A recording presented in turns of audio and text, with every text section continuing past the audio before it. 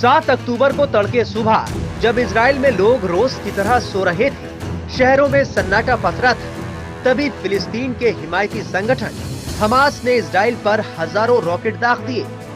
बताया जा रहा है कि 20 मिनट में हमास ने इजराइल के अलग अलग शहरों पर 5000 रॉकेट हमले किए, जिसमें करीब 300 इजरायली नागरिकों की मौत हो गई, जबकि करीब 1000 से ज्यादा लोग घायल हो गए। उसी दौरान दर्जनों हथियारबंद फिलिस्तीनी लड़ाके गाजा पट्टी और इजराइल के बीच भारी सुरक्षा वाली सीमा को पार करने में सफल रहे। इजराइल की घरेलू जांच एजेंसी शिन बेत, खुफिया एजेंसी मोसाद और ताकतवर इजरायली सेना के बावजूद किसी को इस हमले की भनक तक नहीं लगी, या कहें उन्हें पता लग गया लेकिन उसे रोक पाने में वो नाकाम रहे। इजरायली खुफिया एजेंसी मोसाद की दुनिया भर में मिसाल दी जाती है, लेकिन हमास के हमले के बाद मोसाद पर सवाल उठ रहे हैं।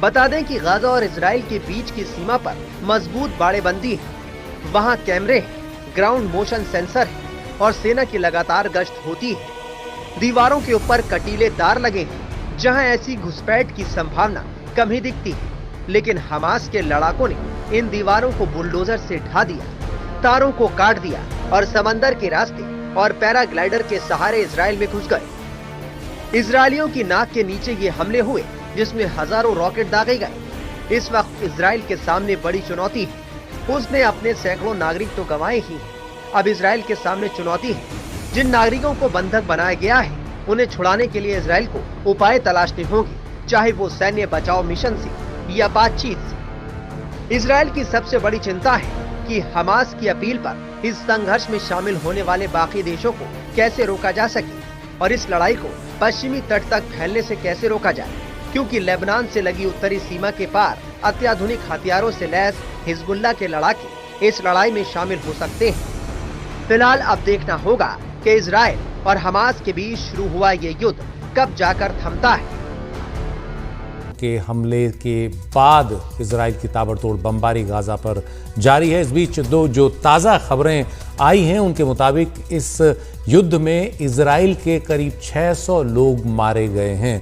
कल सुबह जिस तरह से गाजा से हमास के आतंकियों ने हमला किया, करीब 5000 रॉकेट दागे, बम दागे, इसके अलावा ज़मीनी रास्ते से, समुद्र के रास्ते इजराइल में घुसकर वहाँ बेगुनाह लोगों को निशाना बनाया, कईयों को बंधक बनाकर ले गए, कई हत्याएं की।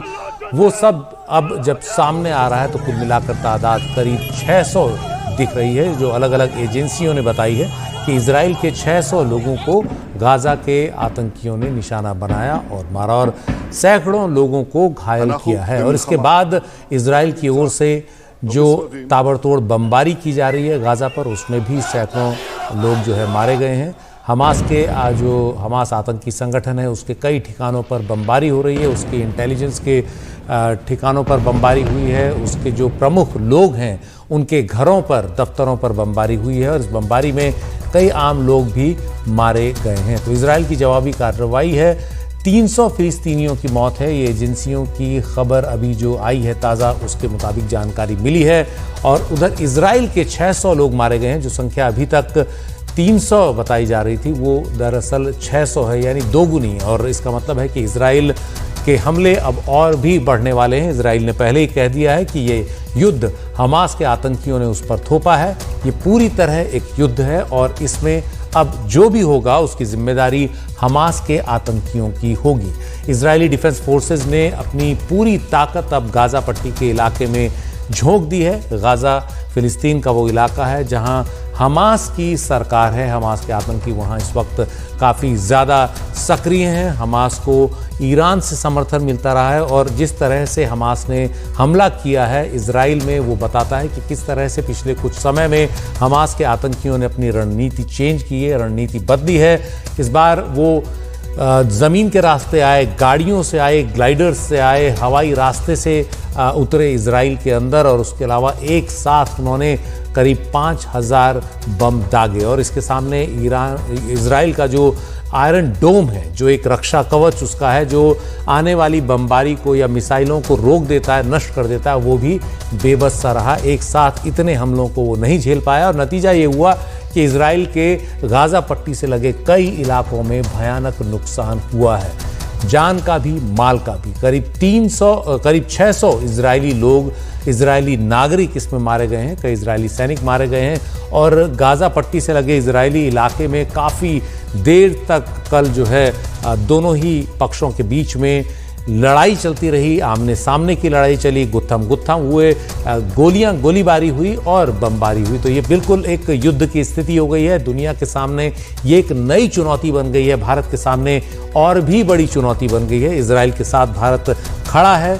भारत ने इजराइल पर हुए इस हमले की निंदा की है। आतंक की हर हाल में भारत निंदा करता है। अमेरिका ने भी इस मौके पर इजराइल के साथ खड़े होने की बात कही है। लेकिन उधर ईरान हमास के साथ खड़ा हो गया है और ईरान की ओर से खड़ा होना दुनिया की जो जियोपॉलिटिक्स है उसको बता रहा है कि किस तरह की नई पेचीदगियां उसमें आ गई हैं।